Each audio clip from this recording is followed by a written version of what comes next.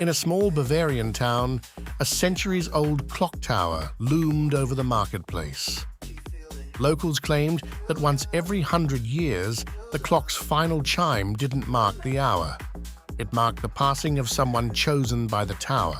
Lucas, a history student fascinated by folklore, arrived just weeks before the centennial. The townspeople were tight-lipped, warning him with nervous glances, but he laughed it off. "Superstition," he said. On the night of the last chime, fog rolled through the cobblestone streets. Lucas climbed the tower, lantern in hand. The mechanism groaned with age, every gear squealing as it turned. At the top, the bell loomed. Its bronze surface glimmered in the lantern light. As midnight approached, Lucas felt a chill. The air was heavy, almost alive. The first 11 chimes rang normally, echoing through the town. But the 12th came differently. It vibrated through his chest, as if the tower itself had inhaled and exhaled. Then the shadows shifted. Lucas saw a figure appear beneath the bell, translucent, pale, draped in centuries-old clothing. Its face was hidden beneath a hood, but he felt its eyes on him. "Who are you?" Lucas whispered. The figure lifted a skeletal hand, pointing to the lantern. The gears ground louder, the bell threatening to fall. Lucas stepped back, heart racing. The air shimmered. Suddenly, he was no longer in the clock tower. He stood in the marketplace, but it was centuries earlier. People in medieval clothing bustled past, oblivious to him. The tower above him looked brand new, freshly constructed. A bell rang.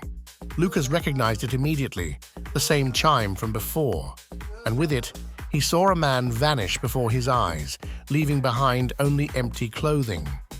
Panicked, Lucas ran back to the tower. Somehow he arrived at the top again, gasping for air. The ghostly figure remained, waiting.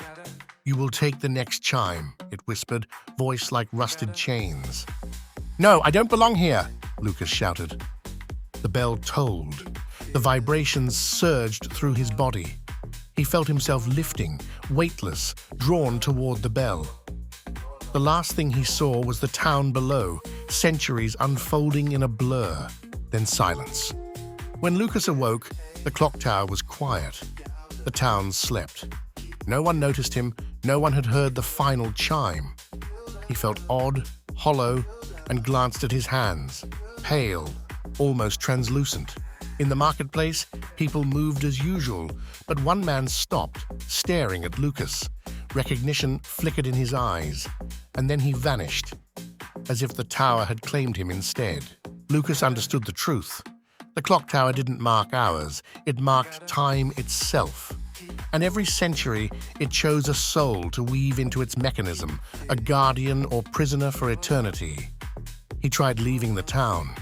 Roads led him back. Trains returned him to the same foggy streets. Shops and houses appeared, disappeared, rebuilt, erased. The clock tower always loomed. Now, he lives in the shadow of the bell, counting the days until the next centennial. He hears the mechanism in his dreams, ticking and talking, whispering, reminding him that the clock never forgets. And when the final chime arrives, the tower will call again, and someone else will disappear. Lucas listens, always listens, knowing that one day he might finally understand whether he guards time or is merely trapped within it.